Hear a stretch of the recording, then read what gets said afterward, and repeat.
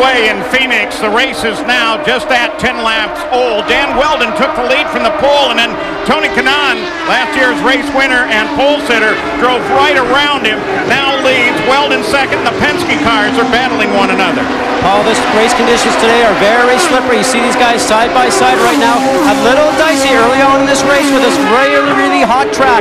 95-degree ambient, 125-degree track temperature. They go back and forth. Hornish finally pulls out a little bit on Helio Castroneves. And yet I'm surprised. We were told all week that they weren't going to be able to go more than single file.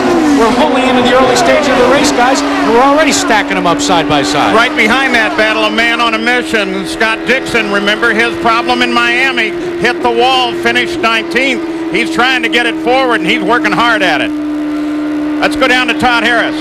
Well, Paul, the situation for Adrian Fernandez is not a good one. He's new to the series. He just came over. One lap into it, he lost all gears whatsoever. The thinking of the team is they're going to bring it in. They're going to try to fix it as quick as possible, if that's even an idea, and get him back on the track. Adrian Fernandez, his first race in the series. He won in the Indy Lights here back in '92. Paul, I spoke to Adrian just a little while ago before the start of the race, and he said, you know, driving the cars I was used to and driving an IRL car for the very first time here on Friday, what a big change from what he had done before. He said, I just want to get out there, get some experience, and have an opportunity to finish.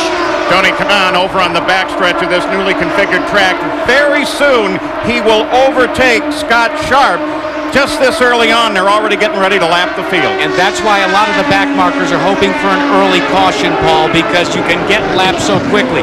Now, for Dan Weldon, his teammate, he dropped back, as you said, and Tony Kanaan told him he was going to do that yesterday because he said, you've got the pole, but I'll tell you what, Dan, I'm going to lead the first few laps. Vince Wells down in the pits as well.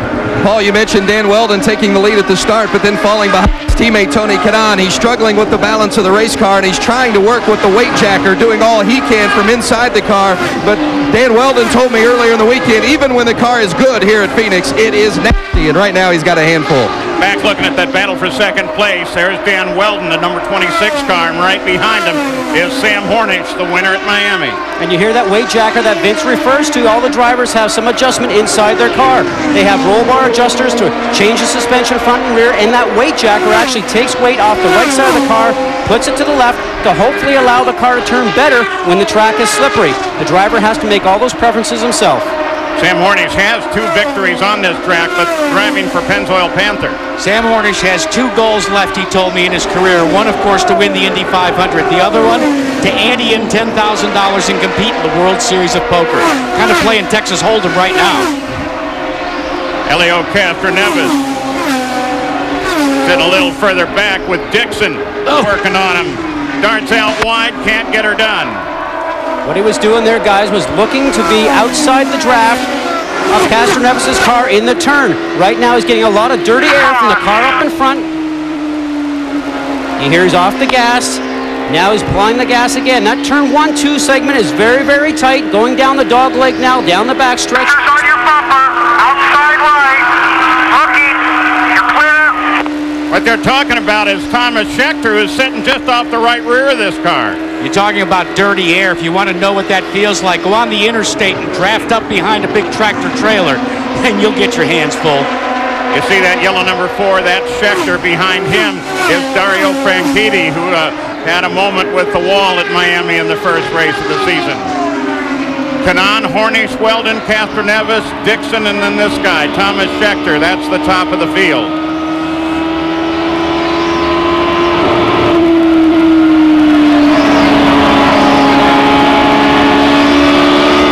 Take you back to the start of the show, start of the race here. That's Weldon on the inside. He was the pole sitter, moved up high. And then Mark Taylor got himself in trouble after Kanaan was able to take the lead away from Dan Weldon. Take that, Dan. Yeah, that's what Tony was saying. It's either that or I really don't have an interest in fighting with you this early, Phil. There's Taylor. Whoa, that's pretty serious steering. He had a crash and nobody told him. And so that was part of the 4 places that Alex Barron was able to move forward in the first lap of this race. So there it is. As we're underway, the question today is going to be the pit stops. When do you take them? And how is the heat going to affect them?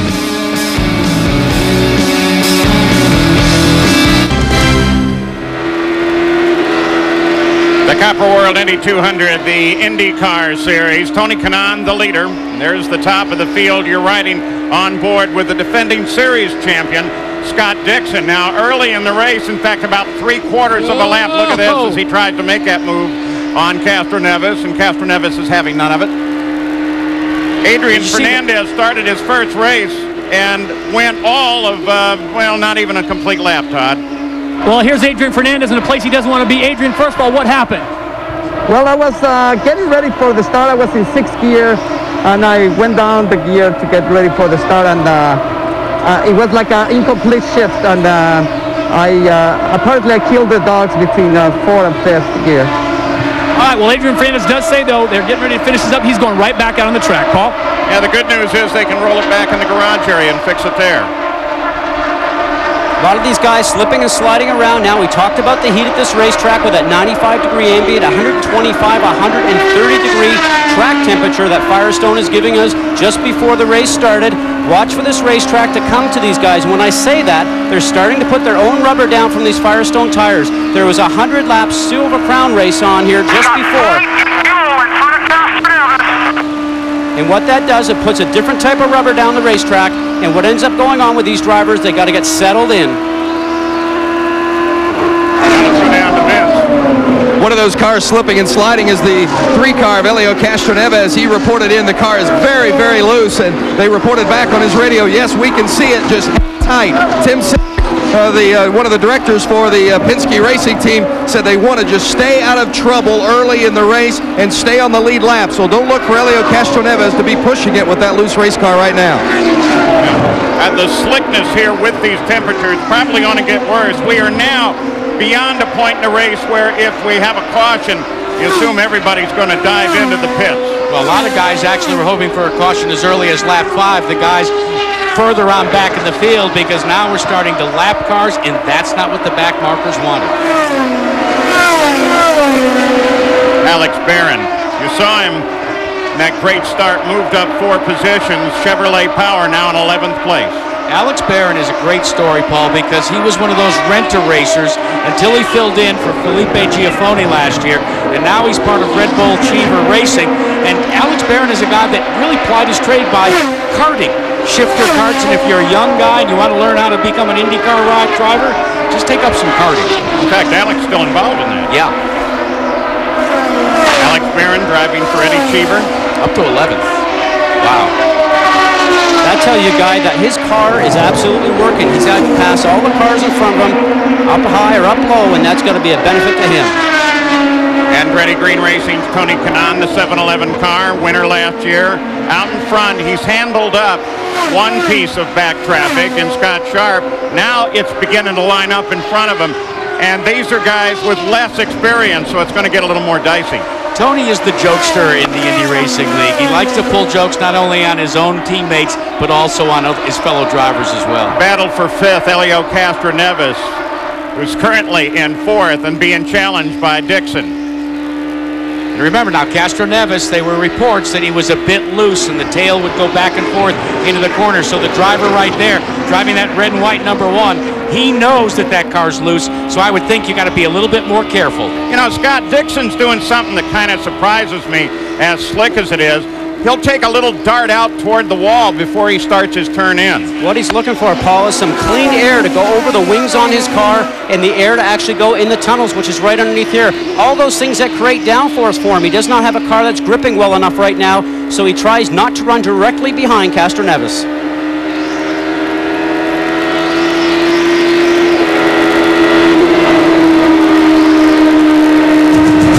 The most infamous crimes in L.A. rest on the shoulders of the DA. Steven Weber stars Friday, 10/9 Central on ABC. Scott, you were... There it goes. Oh, on the inside. Just trouble. that easy. Little trouble for Castroneves in 1 and 2. Had to get off the gas. Allows Dixon just to throttle by.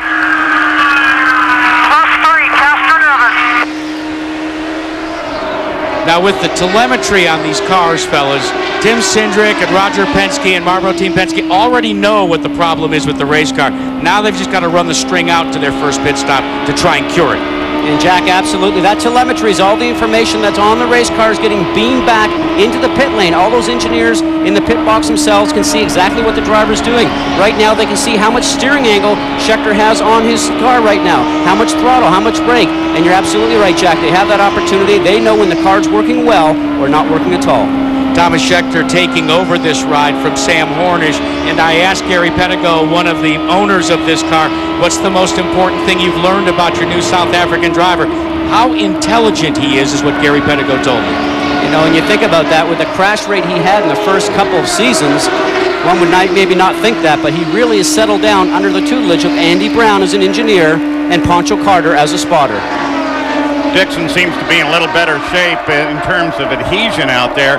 Back on board with Thomas Scheckter now. Castroneves is up there, but Frankitti's sitting right behind him. And Castroneves continues that slide backwards. At these speeds, we're covering about 70 yards every second. Who needs a 40 time when you're an IndyCar driver? 155 miles an hour for the leader last time around. 155 miles an hour on a mile. Castroneves is 6th. Watch Darren Manning right there, the target car. A little twitching going on. That's the car pushing and then becoming loose. Nice little run by Manning. I mean, he's just been surging forward in the last lap or two. Set up on the back end of Castroneves. Castroneves doesn't look like he can handle that car at all. 3 of them go by now. There's Barron. And you can be sure that the report that the car was loose went up and down the spotter's booth. All the spotters at the top of turn number 1 have now given that information to their drivers. That's why it's so easy to get by Castroneves.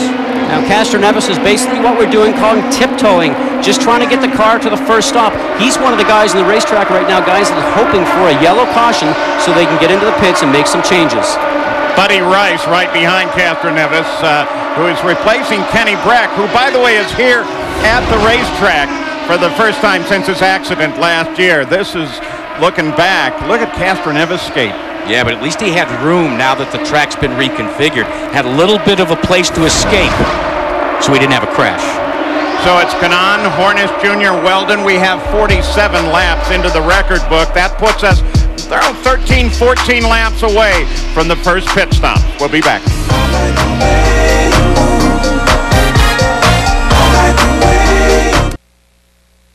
At Phoenix with the IndyCar Series, a quarter of the race already gone, and the leader right from the end of the first lap, Tony Kanaan, is finding himself having to tiptoe through traffic with a very aggressive Sam Hornish in that red and white Penske car right behind him. The traffic just ahead is Ed Carpenter, and actually there's a whole line. Now Kanaan's problem here is he's only had one race with Carpenter because he's a rookie in the series. They don't know really what to expect. And that blue 52 that Carpenter is driving, he does have some help. Davey Hamilton is his spotter, and right now when you're the spotter, what you want to do is try and get some more cars between you and the leader, and that's exactly what Hamilton is trying to work Eddie Carpenter through right now. Yeah, there's what you need in your rearview mirrors. Sam Hornish. But as we ride, guys, we were watching him start to twitch a little bit. The car's very loose. Remember, these guys are on the end of their fuel run. Tires are starting to get to the end of their usefulness, so all these guys are looking for that yellow to come in. Look around lap 70 should be the first stop, but if there's a caution, it'll be feeding time at the zoo. Tony Kanaan makes his try on Carpenter. Kind of wisely puts his nose in there to let him know he's there, but Carpenter's saying, I'm going to race with you. Well, Carpenter, if he gets passed by Kanaan, goes down a lap like we were mentioning, does not want that to happen. In the rear view, you'll be able to watch Hornish Jr. himself actually trying to make hay with this right now. Vince, what's going on in the Andretti Green pit? With Kim Green. Kim, is Tony struggling with the traffic, or is the car backing up on him a little bit? Well, really, when you start to get to this level of traffic, there's a lot of good race cars out there, and so it's pretty difficult to pass. We've been patient. We're not too far away from pitting, so we don't want to make any mistakes. But really, the car's quite good, but the guys ahead of us are pretty quick as well. That's Kim Green. You know, from this shot, while we're on it, take a look down at the bottom of your screen, a big square black hole. That's the the outlet that they have on top of the engine for this start of the season until they get to the 3-liter engine. They're still in the 3.5-liter engine, but that opening helps relieve some pressure that otherwise would have rammed in the engine. They're going to get their first test of the 3-liter. You all right, Jack? Wow. Of that 3-liter engine. Sorry. In April at the Indy Speedway in a closed and private session. You like this traffic, Jack? Wow. So you can't see this from the pits. Isn't it cool? 20 years and I'm speechless for the first time. But that's exactly what we're talking about, Scott. He doesn't know some of these guys. You have to be aggressive. You have to have that fine line between aggressiveness and patience. Brian Barnhart said today in the drivers' meeting, he said, guys, there should be absolutely no reason that we have you guys hit each other and knock each other off like we did at Homestead just a couple of weeks ago. He put that down to everybody was off for a few months on the winter break. Said second race back, don't want to see any of it. If there happens, we'll certainly come back and give you guys a penalty. There's the stats on Sam Hornish, who, of course, here at this track has been eminently successful. You see, he's a motorcycle enthusiast. One of the things Sam wants to do is custom tailor a Harley Hog and take the sterling silver headshots from the Borg Warner Trophy of all his favorite drivers and put them around the fuselage. Does he tell you who those would be? Now we're going to have to wait and find out. Now working on Carpenter is Sam Hornish. He was pretty bright about that. It may not have been totally intentional. Look at how far Carpenter went up to the wall, though, to get out of his way. But Hornish wisely sat back there for a while. Once you go a lap down right now, you give it up a little bit. That's called courtesy out on the racetrack. Let the other guys get by. Coming up on Carpenter now is Tora Takagi.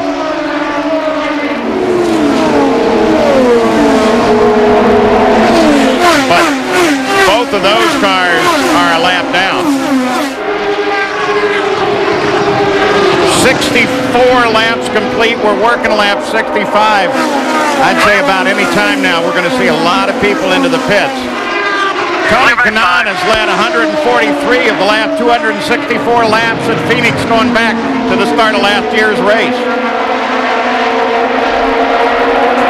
Certainly this track, he loves it. It's called this track the Bull Ring, the 1 mile, 11-degree bankings in 1 and 2, 9 degrees in 3 and 4. Very different from the Homestead track we just competed at, a 1.5 mile racetrack with 20-degree banking, completely different setup here. Biggest difference between Tony this year and Tony last year, he's taken on a new bride, Danielle. And he told me, he says, I've got a lot of honeydews, so it's good to get back on the road, get back in the cockpit. Clear. Boy, is it getting crowded out there. You know, Clear by 4. Hornish is really pushing his way through traffic right now. He would like to be in front of Kanaan when they come into the first pit stop. Hopefully he'll be able to get out ahead of Kanaan after that stop. Since we've run green right from the start, this will be our first indication of what the mileage factors are with the different engine manufacturers. Kanaan, Honda powered, Andretti Green has already made the decision. I'm going in as we look at the Yamaha lap leaders after 67 laps. Only one name, Tony Kanaan. Let's go to Vince. Tony Kanaan coming in for his first pit stop of the afternoon. They're not anticipating any changes. That gives you an indicator of how happy he is with the race car. Kanaan told me after winning the race last year he has a more comfortable approach coming in this week. I don't know if you can ever be comfortable on the track in this kind of condition, but he sure has looked comfortable as far as the race car is concerned here today, leading all the way. 10.3 seconds. I'd like to get that kind of work done in my garage in 10.3 days. I'd like you to do that kind of work in 10.3 months. A nice clean stop for Kanaan. A lot of pressures on a driver when you're leading a race, coming in, hitting the marks exactly in the right spot in the pit box so all the mechanics can put the tires on and add the fuel in, and you notice the fuel took a long time after the tires. Now the key is everybody has to cycle through under green. If a yellow comes out, this could really discombobulate, as you would say, Scott, the entire running order. Should be Hornish next, correct? Well, they're laid out for both of the Penske cars. I love this. Tim Cindric told me this morning, he said, I don't think we can go 70 laps. They're going to come in as Hornish cycles up there on the 72nd lap of the race. Well, what? Dan Weldon's already in. Scott Dixon is coming in. Vince? They're going to put a turn in the wing for Dan Weldon. He has been shooting this race car all afternoon, and they have not been happy. Weldon in particular has not been happy with the way that race car has been handling, so they put a turn in the wing, and we'll see if that makes it a little more comfortable for him the rest of this stint. Stop looks routine for Scott Dixon. Here comes Hornish. Now this guy's, it's the first time the Penske's pits have been split. Todd? Well, no major changes here. They said they're going to top him off. They're going to give him the tires and turn him loose. They're very happy with the way the car's running, unlike his teammate, Helio Castroneves. Oh. And we got a problem here. The fuel tank, he kept it running. He kept it running. Now, one of the problems I think you're going to see, because they've reduced the fuel tank, there, Tony Kanaan, where you're going to see with the reduced 5 gallons of the fuel tank, they're 30-gallon tanks now, is now it takes about the same time to refuel them as it does to change the tires. So you're going to get that kind of confusion on the left side of the car during a stop. Well, no doubt that Hornish wanted to leave. He thought that he had clearance, but the fuel buckeye was still in the side of the car.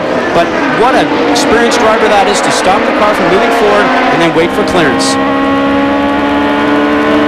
On board, Sharp. You see the steering wheel that Scott Sharp is driving with?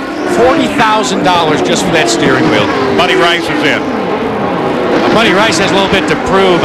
Earlier this week in the Arizona Republic, his former car owner, Eddie Cheever, had some things to say, accusing Buddy Rice last year of, on a 1 to 10 basis, only being a 7. Buddy did not respond.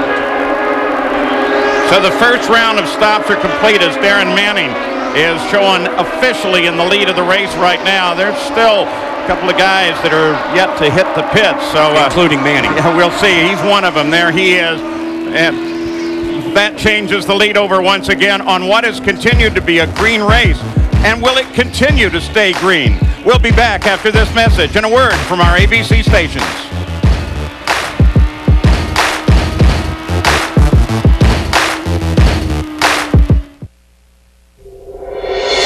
The Copper World Indy 200 continues on ABC Sports. We're back in Phoenix with the IndyCar Series. Yellow just came out because Sam Hornish lost it in 2. It looks like it might just have been a light graze with the wall. The engine's still running. He may get this thing back into the fight. Paul, you look at the rear wing, you look at the number 6. How it's actually on a bit of an angle there. I think he just backed it into the wall very gracefully. They might be able to replace the rear wing on this car and get him back out. Yeah, Sam wants to go, and the Delphi safety team is saying, well, wait just a minute. We're going to turn you around here. Well, what he was hoping for would they push him and bump start him, actually, but they're going to tow him in. That's just going to waste a lot of time. Well, it was running there at first. Here it is, Scott. Into the turn, doesn't look too bad, right to the middle. Starts to come off, and something actually happened there. See how the car just sort of stepped out? Might even broke something on the back of the car because it certainly was very graceful. Out of the car is what we call very, very loose, where the back end wants to swap ends, which is exactly what it did. With a lesser driver than Sam and temperatures less than 97, 98 degrees, you'd think that might be cold tires. Roger Penske's trying to figure out what happened to Sam as well. I love the way you say the car just stepped out. You are so calm and collected when you talk about it. I mean, if all of a sudden that was me in that cockpit, well, we'd have to go get some Depends. Well, I'll tell you, usually as a driver, everything goes in slow motion. They might be going around here at about 175 top speed, 155, 60 average, but a race driver has the ability just to slow everything down in his mindset, and it's very strange to say, but almost like you'd actually could step out of the car and walk beside it. Taking a good look at the back of the car. You saw Roger Penske do what he traditionally does. He went proactive saying, what can we do? This is Sharp into the pits.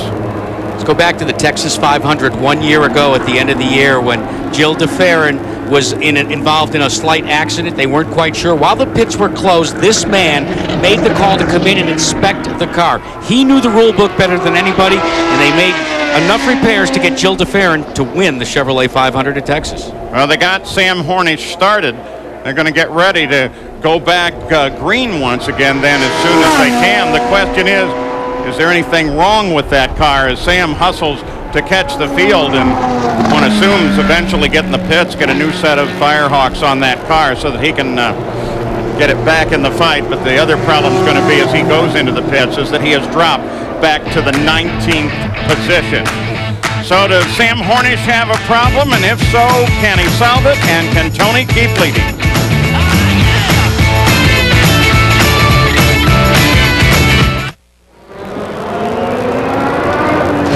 Already the Penske team has the wing off of the car. It looks like they're going to start it. If I was them, I'd send it out, let them do a lap, and then come back in. Vince, what are they thinking? That's exactly what they're trying to do. And in fact, Sam Hornish is trying to tell them, let me go out now, let me go out now. And now they're going to go ahead and put the rear wing on. But Hornish did want to go out without the rear wing because he didn't want to lose any more track position. So certainly a costly situation for the Marlboro team, Penske and driver Sam Hornish Jr. But as you noted, great job from Hornish keeping it off the wall, even to the extent that he did. And he did want to go out without the wing, and now they're going to put the rear cowling back on and send him out ASAP. Yeah, well, it's going to be very, very late because already Kanaan is bringing the field back to the green flag, and they're racing again.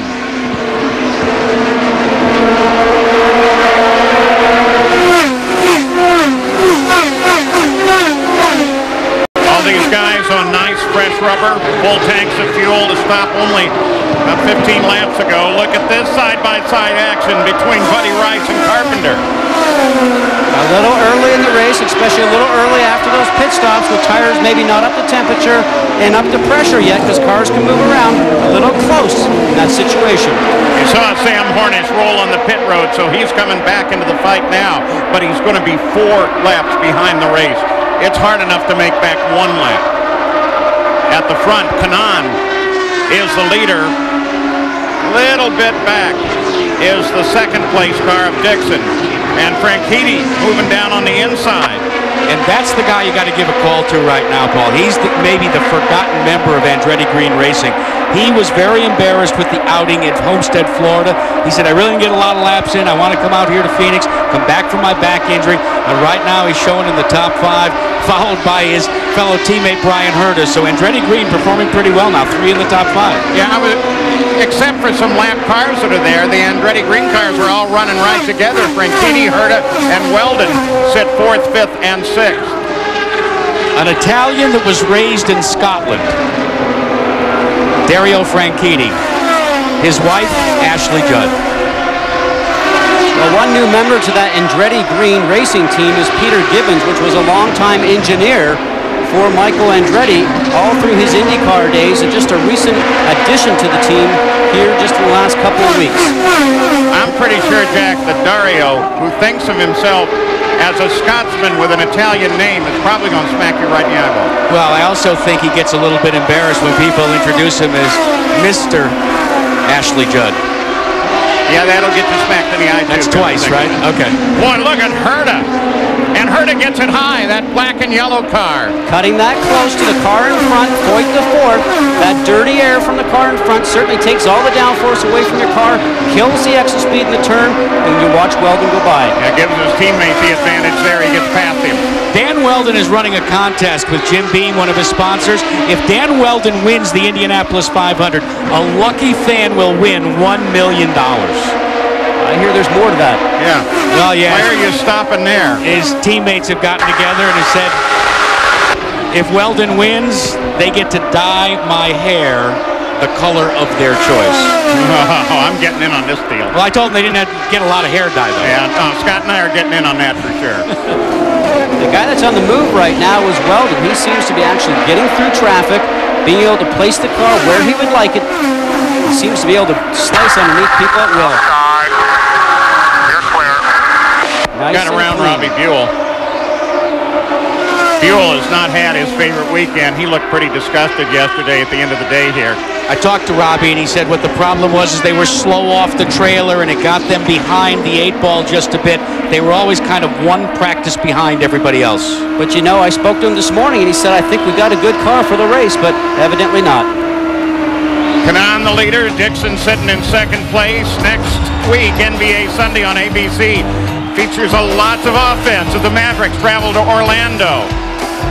The Magic in the playoff position on the line at Dallas as they look for the home court advantage in that tough Western Conference. NBA Sunday coverage begins at 1 Eastern, 10 Pacific on ABC, home of the NBA Finals. Dallas Mavericks owner Mark Cuban, you know what he used to do in May? He'd go to the infield of the Indianapolis 500. He followed it when he was in college there in the state of Indiana. Doesn't everybody? That infield pretty much is everybody. Or at least it's people that are going to have money. The ones who already have it are sitting in the main grandstand. At the halfway point, 100 laps, 100 miles complete. Kanaan has been the class of the race. This is what you hope for, just a perfect race like he's having. Right now he's out in clean air, no traffic in sight. He just wants to start clipping off some laps, get a feel for the car as it has some new tires on it, and the fuel is actually being depleted. He will radio back to his team and tell them what the car is doing to start prepping for the next pit stop and possible changes. Back in 8th place is Darren Manning, the number 10 Target Chip Ganassi car. One of the newcomers to the series. Faster than anybody on the racetrack now. We can catch up. He's right, 160.085 last time around. Hornish, 19th, 5 laps behind the lead of the race, is just thrust himself into the position that Dixon found himself in, Manning's teammate, after the first race in Miami. Darren Manning made a big-time purchase after the Homestead race. He bought one of those 40-gigabyte iPods. He has already downloaded 1,500 songs. I asked him, what's the capacity? He said, 10,000. I don't know 10,000 goods. Of course, I like 57 through 64. It's because you're an old. Hey! You like this air conditioning, pal. You need to, a little respect, a little respect. On board Tori Takagi. Pioneer car. We call him Tiger, and he got that name in 1995 when he scored 3 wins in the runner-up spot in Japan's Formula 3 Championship, currently being shown in the 10th position. Well, last year, Tony Kanaan led 79 of the 200 laps to go on his way to the win. Already, he's led 95 of them here.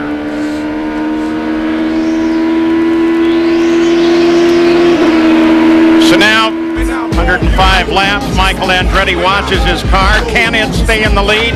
We figure the second pit stop comes at the 150th lap.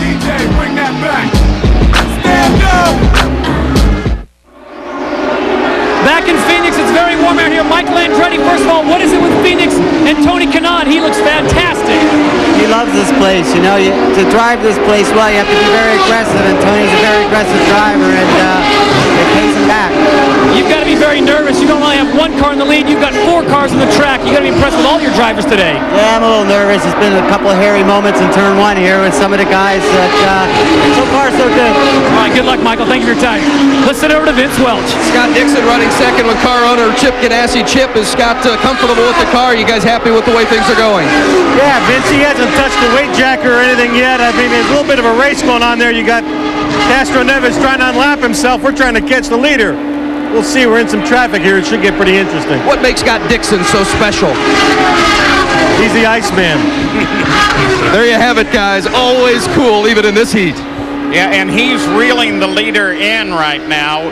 They're threading their way through traffic, and this is when it gets so very good.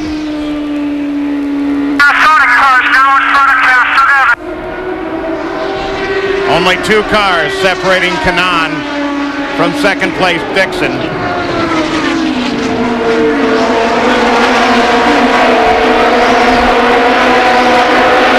So Dixon sitting back there second. Kanaan leads it. Thomas Schechter driving for Panther. That bright yellow car out there. He's 4th. There, you're on board with Schechter now, number 4. He's 3rd. Very likable kid. Drove his first race in the series at this track. On the IndyCar cameras, listen to the throttle application of the drivers, just tiptoeing through the turns because there's not much grip for them. Watch, you just heard him shift a gear over here on the right-hand side. Because of the wind here today, the guys are actually changing gears between both turns. Scott Sharp not having the best of days. He's sitting back in 14th place, 2 laps behind the race. It's been a hard weekend for the Kelly team. Scott Sharp is one of those fellows that really counted on having an early yellow so that they could keep from getting lapped. It didn't work out for the Delphi crew, so now Scott soldiers on. And don't forget, the next race, he's the defending champion when we go across the pond to Japan. He won the race in Motegi 1 year ago. I must say, not only was he hoping for it, everybody was expecting it. Everybody thought between lap 5 and 10, you're going to have a yellow. They went way beyond the first stops before their first yellow. We've only had 1 caution. Dario Franchitti, we talked about him earlier. so important for Dario Franchitti to get comfortable back in the cockpit of the race car after the back injury last year that wasn't related to racing. He was in and out of the cockpit, and now he's a solid part of Andretti Green Racing for 2004. A little further back, there's Greg Ray, the only man to ever carry number 13. Three-time pole sitter at this track and the 1999 IRL champion. Greg Ray is not the most famous member of his family, though. His young son Simon was asked to speak at an assembly along with Oliver North at his school, and little Simon had the paper and said, "Well, I guess I've run out of words, so I'm done." Oliver North was so impressed that he asked Simon Ray for his autograph. Tora Takagi, 1 lap behind the leader in 10th place. Here we go. Watch that gear shift that's going over here on the right-hand side. We talked about the wind being a factor here right now. A little bit of a rough ride, but watch his hands. All the drivers on the in-car camera to see how their car is working on the racetrack. Remember Ed Carpenter had that big slide early on? Well, there he is.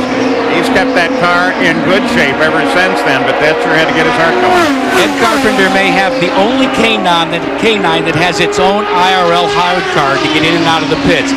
He has a pet Rottweiler named Bentley. Bentley travels with him from race to race. Then the pole sitter, Dan Weldon. He's now 5th. Sitting 11 seconds behind the lead of the race, so that's 11 seconds 1st to 5th. On the lead lap, it's 8 cars now. Darren Manning in 8th place being the end of the lead lap. The race record here, 125 miles an hour, 125.072. They're averaging right now, even with the caution, 141 miles an hour. There's Mark Taylor as we ride on board. Now, Mark took up fishing in the off-season, Paul, and I asked him, well, what have you caught? He said, well, Jack, it's a stocked pond, and I've only caught some catfish. From this point forward, it's Mark Catfish Taylor. Oh, no. Well, you named the Iceman. I guess you can do that. And there's Brian Herta.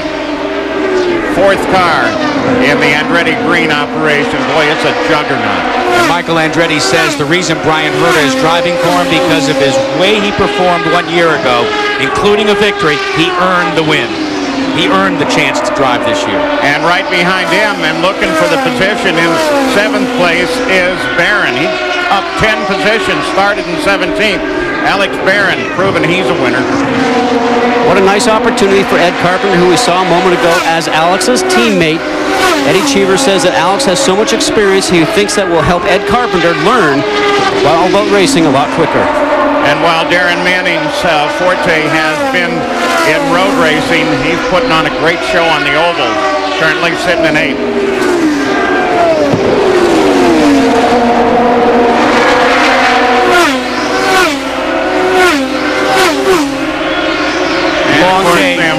Long day for Sam. He had the problems early, got spun around, had to replace the wing for Marlboro Team Penske. But when you want to stay in the points hunt, these are the kind of days you just got to get out there, get up on the wheel, grit your teeth, know you're not going to go to victory lane like he did in the opener. Well, and just to make the point again, he's currently in 19th. That's where Dixon finished after his encounter with the wall, and here comes Dixon working on the leader.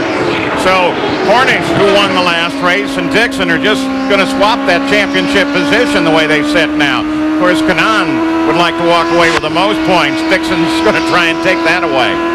You look on the wing there, Scott, you see that? That looks like the little flap that they keep the gurney flap in. Well, might be popped up and open. Yeah, right there on the right-hand side, a small piece of metal sticking up. That's just the gurney flap door, but you know something, it's not even used now because with the new wing rules they have with the 49 to 62 degree rear wing, they do not have to worry about changing wickers anymore. It's not allowed. Well, then why don't they just glue it shut? Oh, probably, that's a good question, Paul. Thank you, Scott. You know, you should be an engineer. No. Yamaha lap leaders, Kanaan just running away with this thing. Those others really are as a result of Kanaan going in for a green flag pit stop. Kanaan, Dixon, Schechter. 131 laps complete. Best guess is we're about 9 laps away from the second and, in fact, the final stop of the Copper World Indy 200.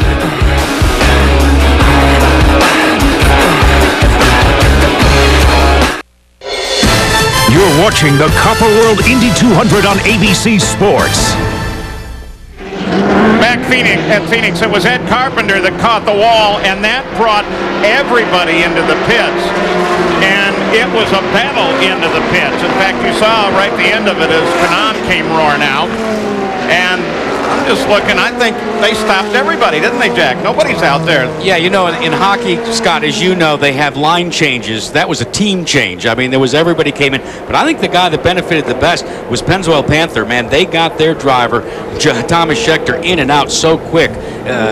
It just took my breath away. So this is Ed Carpenter's car. He was out, appeared to be okay. And you can see, though, there's damage heavy to the left front, left rear. It's about halfway through turn 2. Just the indication of watching the wheel that we saw hanging there and all the damage on the left-hand side. The car obviously swapped ends on him. So we're looking at Eddie Cheever, his team owner right now, sort of wanting some answers. But the car swaps ends and goes right into the wall on the left-hand side. Not a great feeling for a driver. Saw Eddie Cheever there. He had his back to us. Have to get out the checkbook again. Still the rumor persists, too, that Eddie Cheever, come Indy time, may have a third entry in the Indianapolis 500, and it would be 4-1 Eddie Cheever. All right, let's go down to Todd Harris. All right, thank you, Paul. Moments ago, Pennzoil Panther Racing, maybe one of the best pits they've had all day. Talking with some of their officials, they said the car is running great. Thomas Scheckter said it is riding perfectly. They came in, tires and fuel is all they did. Paul? Vince, what you got? Tony Kanaan came in as the leader, had a flawless stop, no changes. Scott Dixon in second place, no changes. Dan Weldon also running strong, no changes. So that gives you an indication that these guys, despite the slippery racetrack, have been happy with the balance of their race car, and that's a credit to the engineering of these race teams.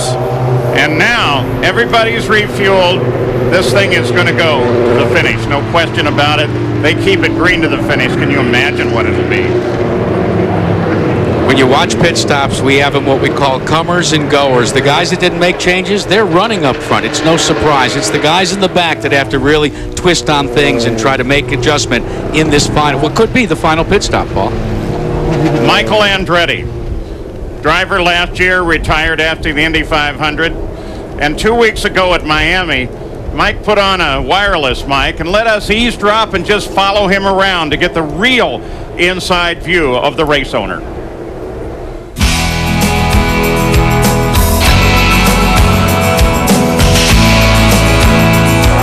I'm Hassan. Good, how are you? Ready? We're ready. It's going to be good. You have a good, strong, full voice. Yeah. Yes. Ready? Get a good start. I'll be following Tony. Yeah. Well, they go 6 wide as they start for the first turn. And the caution comes out. A car into the barrier going into the pits. We're a track behind. Yeah. Right?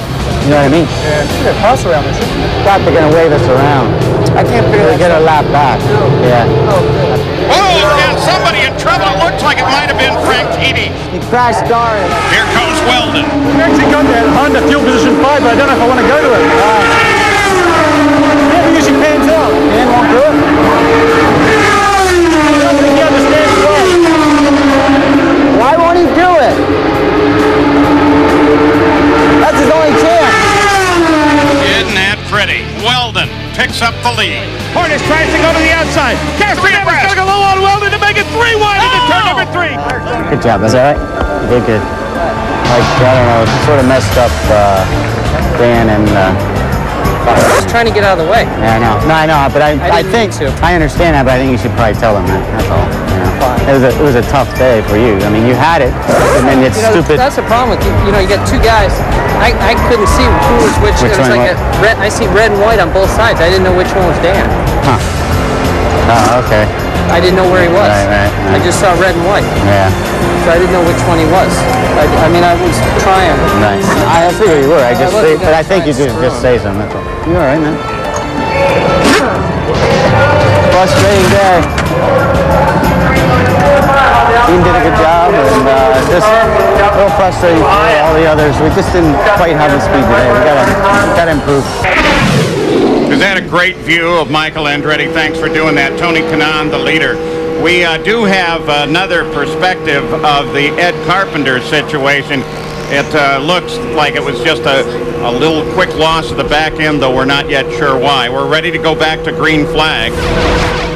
And here is Carpenter. You see him, the blue car, yellow numbers on her.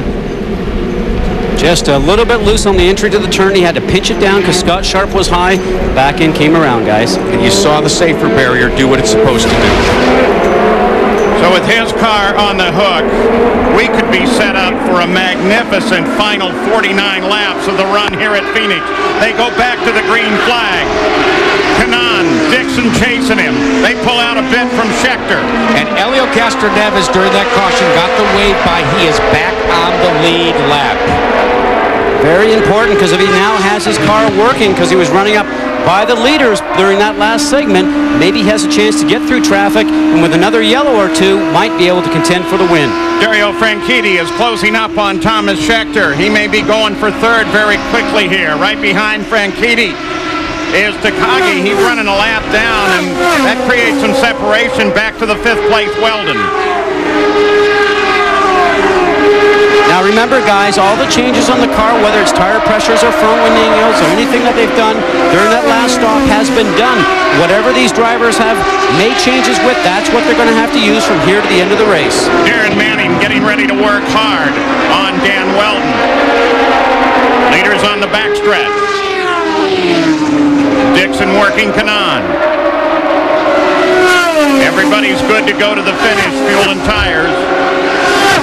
I'll tell you, those Marlboro cars are carving their way back to the front. They are closing. They are quick right now. Yeah, last time by, they were very fast. Well, don't forget that Hornish 5 laps down. Right. It's a non-game for him. But for Schechter, 9th place on the lead lap, it's pretty significant.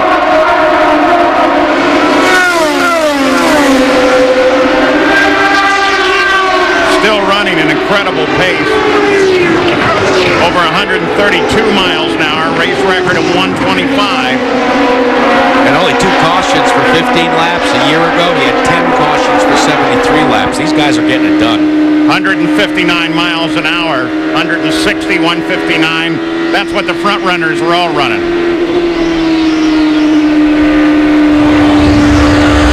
Our defending series champion, Scott Dixon. Little better luck today. Plays snooker. That's without pockets on the table.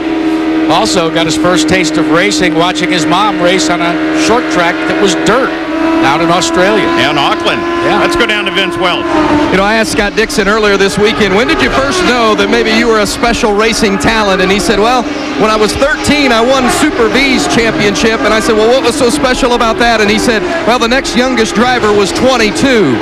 The average age in the series was 24, so as a 13-year-old, I felt pretty good about myself. I'd say that he was true to that feeling. You saw our Yamaha lap leaders, it's still all Kanan. Every time that Scott Dixon would win a race when he was that age, they'd have to call him to the podium because he was busy watching cartoons after getting out of the race car. Kanan, Dixon, Schechter, 1, 2, 3. Dixon was fastest last lap around at 160 miles an hour. So as we run to the finish, it's going to be a battle at the front. Who's going to take it?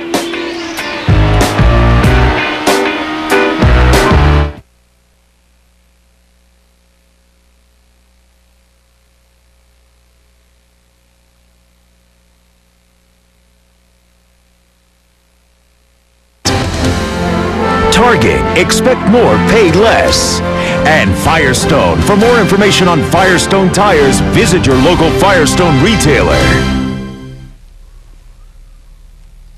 Immerse yourself in the culture, Tora Takagi's culture in Japan, and you're going to want to have some sushi, and you're probably also going to need a pot of coffee, because the next race in the IRL IndyCar Series is the Indy Japan 300 from Twin Ring Motegi. Grab the sushi, get the hot coffee. Sunday, April 18th, live, 12:30 a.m. For more information, log on to ESPN.com. Todd Harris?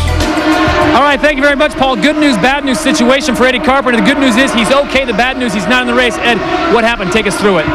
Just going into turn 1, that lap, It was Takagi was trying to go under Greg Ray, and Scott Sharp, a lap car, was in the mix. And I tried to just take advantage of it and shoot under Scott. And I just had to turn in a little too hard and just pinch it off and spun out. I mean, just impatience on my part. We had a really good car. I'm proud of the guys. Didn't start off perfect, but on that first pit stop we tuned on, it was getting better and better. And just, it's a shame. I mean, it's my mistake, and it's not acceptable. I saw you come out with a bag of ice. No injuries, though, to report. Yeah, I'm fine. Good luck in Japan. Thanks. Well, Kanaan is the leader. He's got traffic, said Cheever, Ed Carpenter's owner. Kanaan is the leader. Sitting right behind him is Dixon, but also Scheckter and Franchitti.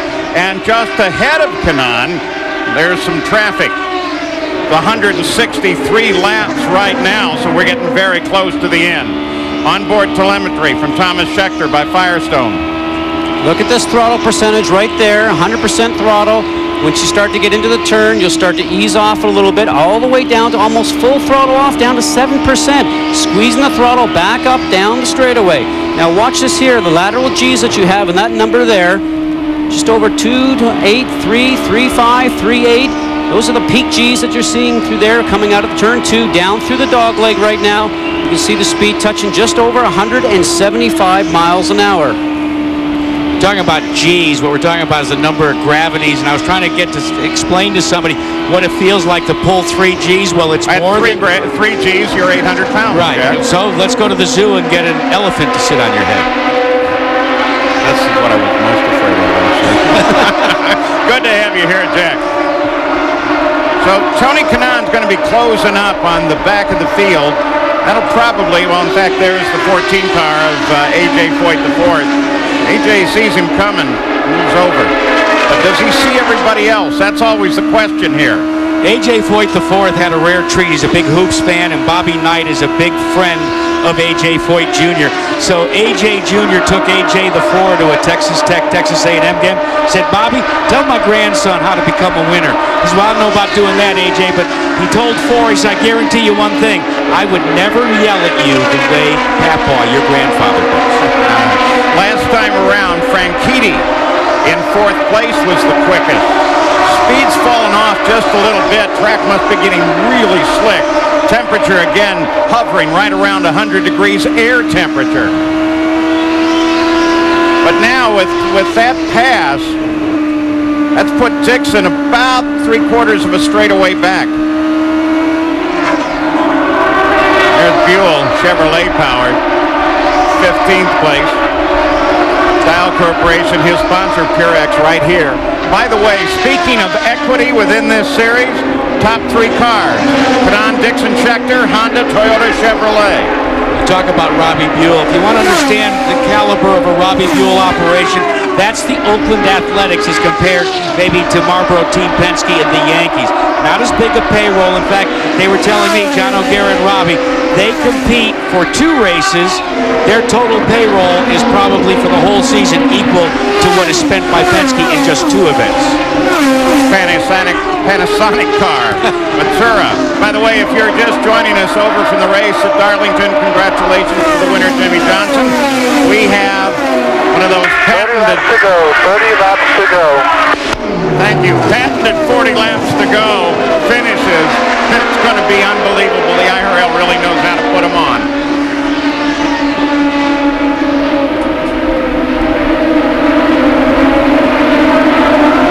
Big news today, Paul. We've got an additional entry for not only the Indy 500, but for the rest of the season. Junior is finally in. Al Unser Jr. driving for Pat Patrick.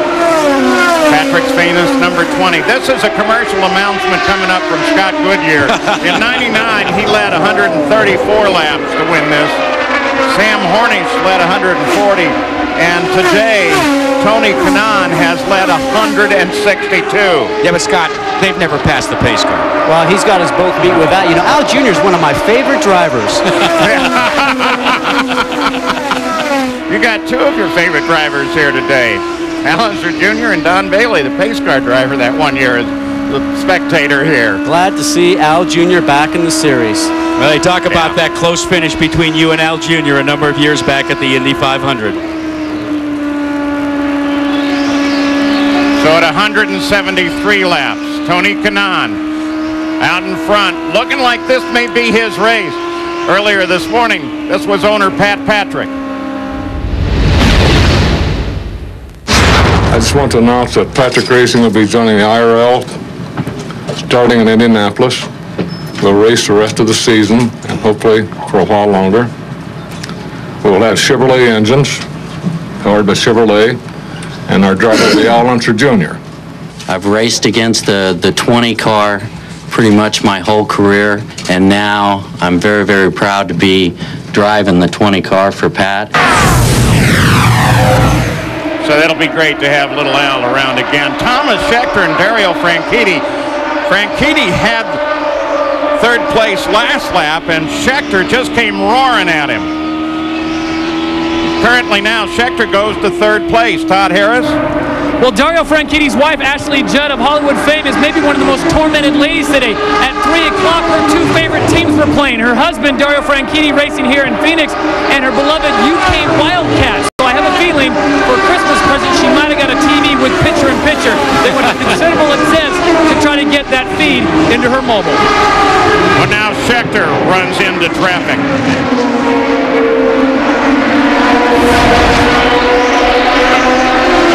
This was when Scheckter got the nose down in and just took it away. Inside line always wins out. Outside car usually has to give way. Not according to Tora Takagi, witnessed Texas 1 year ago. So it's coming back. 178 complete. This thing's not nearly over yet. Can Kanaan stay in front?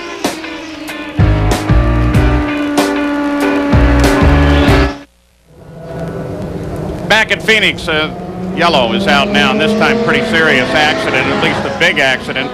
All drivers now with Robbie Buell in the background climbing out of the car are okay. Thomas Scheckter is involved, and also Dario Franchitti. There he is.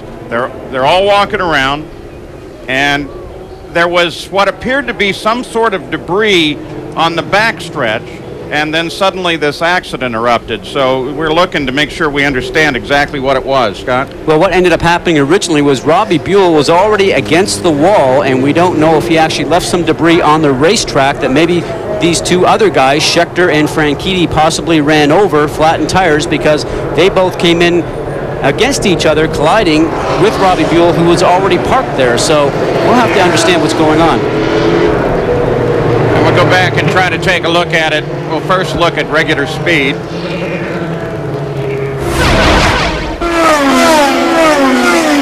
There's Buell in trouble. Broke loose in the middle of 3 and 4. Some debris on the racetrack. Watch this, because here comes Scheckter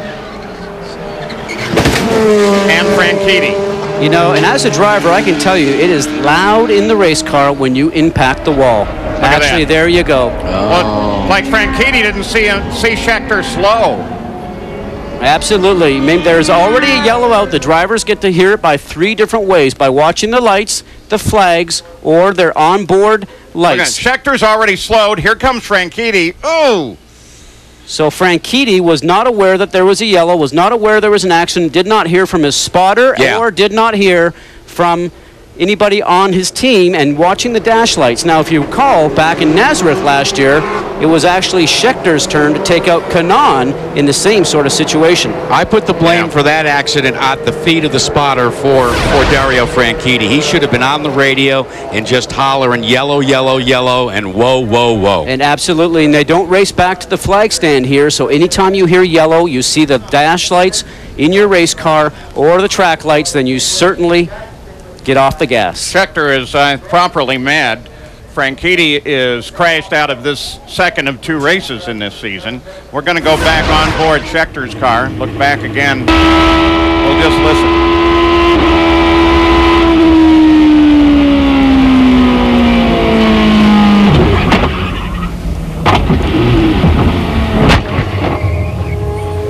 He slowed well before Franchitti started to slow. And one of the reasons why maybe he was so quick to slow is the fact that Pancho Carter, a former Indy 500 veteran, is on the radio as the spotter for Thomas Scheckter and the Pennzoil team.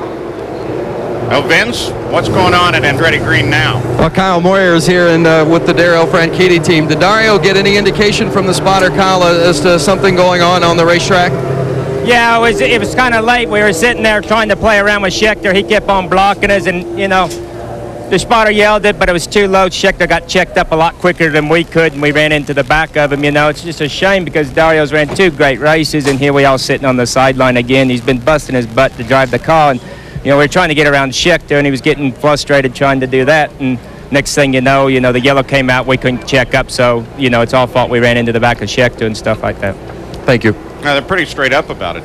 Yeah, and I spent some time up in the spotters area earlier this weekend to try and get an idea. There's the spotters now. They're high atop the luxury suites in the middle of turn 1 and 2. You notice that some of them are using binoculars.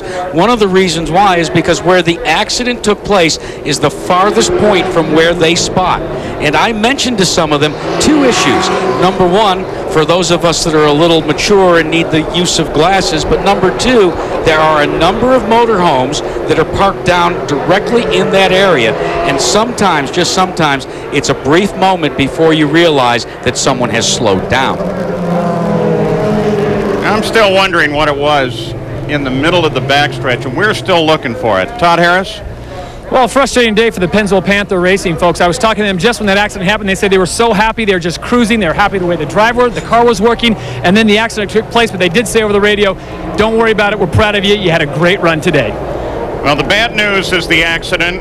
First part of the good news is that there's no injury apparent. The second part of the good news is they're going to have that accident cleaned up in probably about 8 laps to run to the finish, with Dixon, Weldon, Barron, Manning, and Herta all sitting on the back of Tony Kanaan's car, and that'll happen when we come back for the green flag.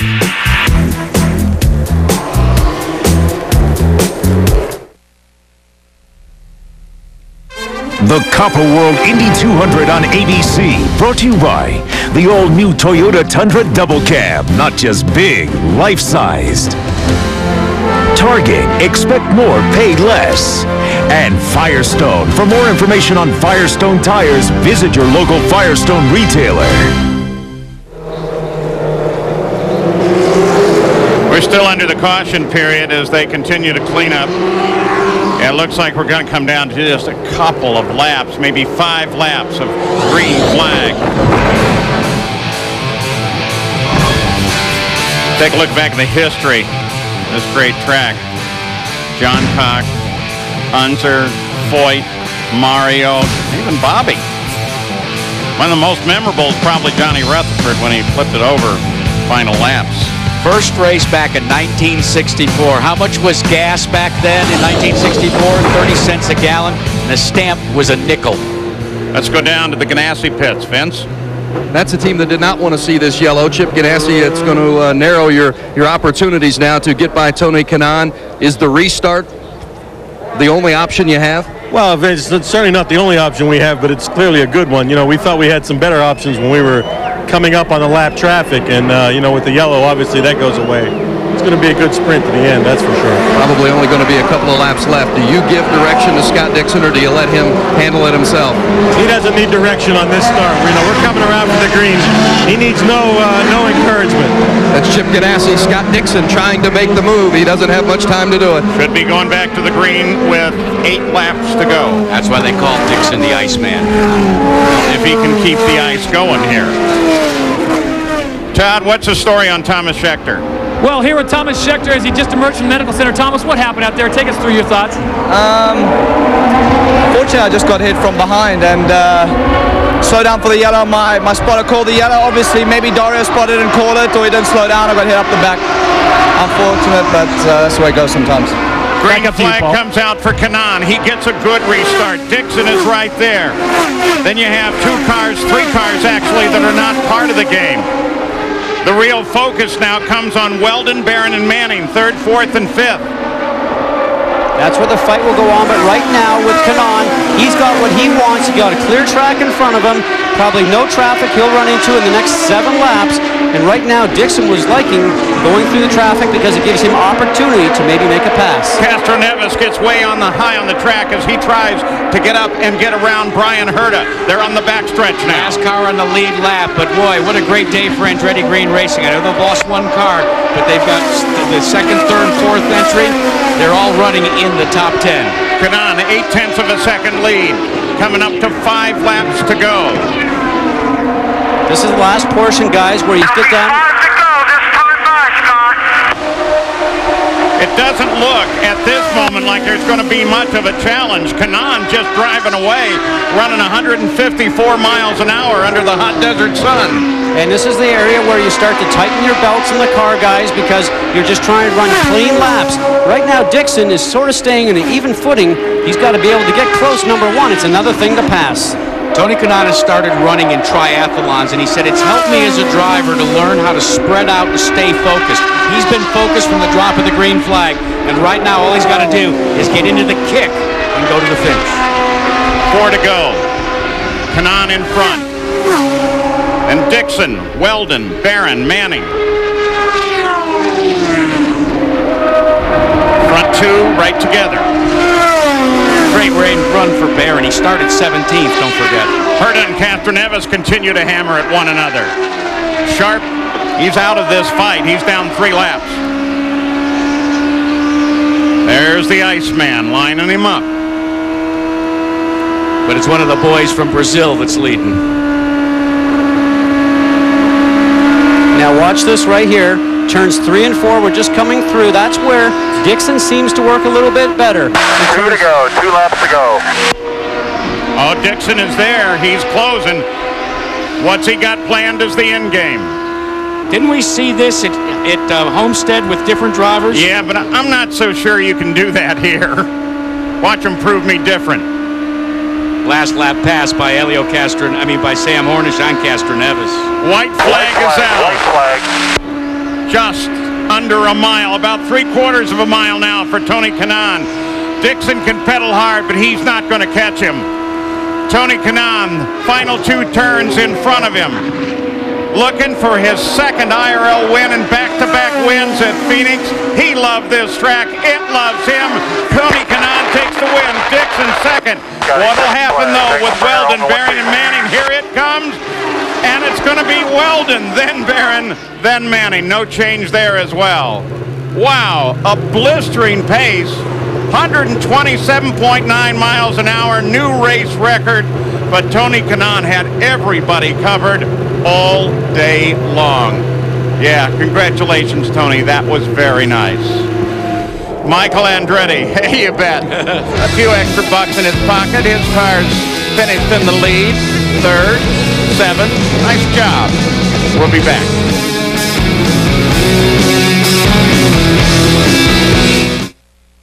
Thumbs up, Tony. Thumbs up. There are a lot of people who will tell you that Phoenix is a very good setup for the running of the Indianapolis 500, and if that is true, then it looks like Tony Kanaan is in great shape. Robert Clark heads up the Honda engine effort. They are so happy, too, to see that Honda in winner's circle. Toyota 2nd, Honda 3rd, Chevrolet 4th, so we have equity. Here is where we sit now, the unofficial order of finish. After a very interesting day that went green for a very long time.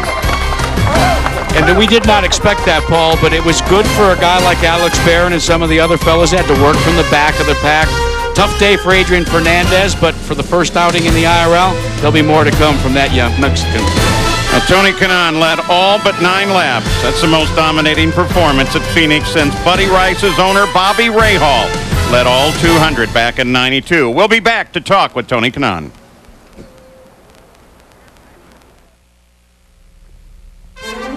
The Copper World Indy 200 on ABC, brought to you by Honda, proud sponsor of the Indy Racing League IndyCar Series.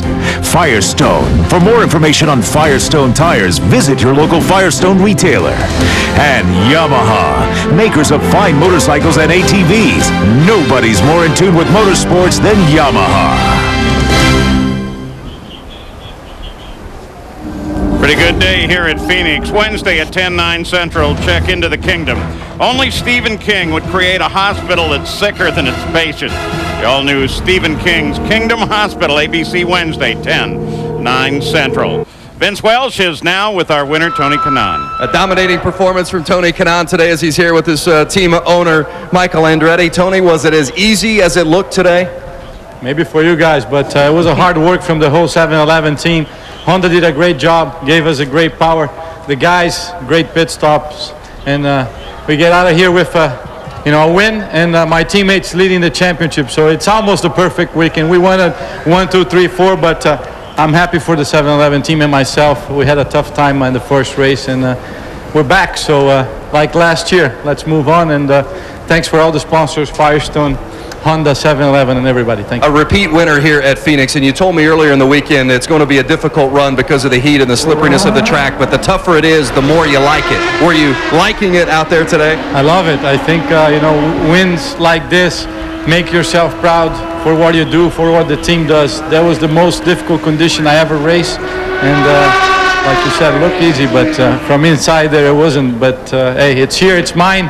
Nobody's going to take it. I'm going to enjoy it with my guys right now. Tony Kanaan smiling, and team owner Michael Andretti smiling as well. How about it, Phoenix, for your winner today, Tony Kanaan? You know, about the only thing that steering wheel can't do for Tony Kanaan is calculate the championship points, because he's in the points lead right now by my calculations, but nobody ever should do math in public. Well, they are the previous Phoenix winners, and Tony Kanaan becomes the first repeat. There's still a great deal more to come here from Phoenix.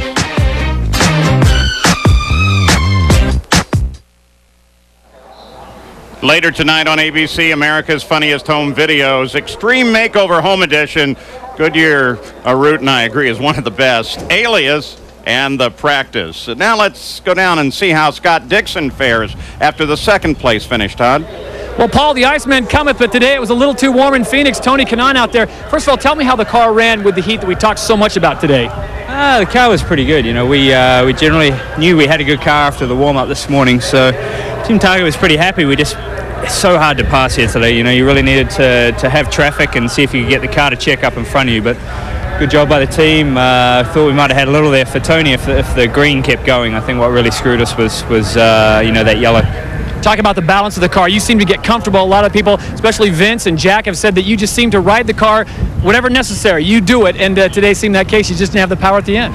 Yeah, as I said, I think it's that typical deal. Sort of once you get within 2 car lengths, it's sort of like you can't really get any closer. You can sometimes get a run, but it's never enough to nail it. And I'm happy. We started 5th, and good points for today, and it's good pit position, I think, which sort of, I thought we might have had Tony in the pits as well, but it was a good job by the team, and a good day and all, and we'll move on to Montego. Well done. We'll see you in Japan. Thanks a lot. You know what I especially liked about that? You saw him pull his driver's suit on. He was staying as cool as he could until the last second. Then he had to get the sponsors up there. Iceman's no dummy. Yeah, exactly. Still more to come from Phoenix and the IRL.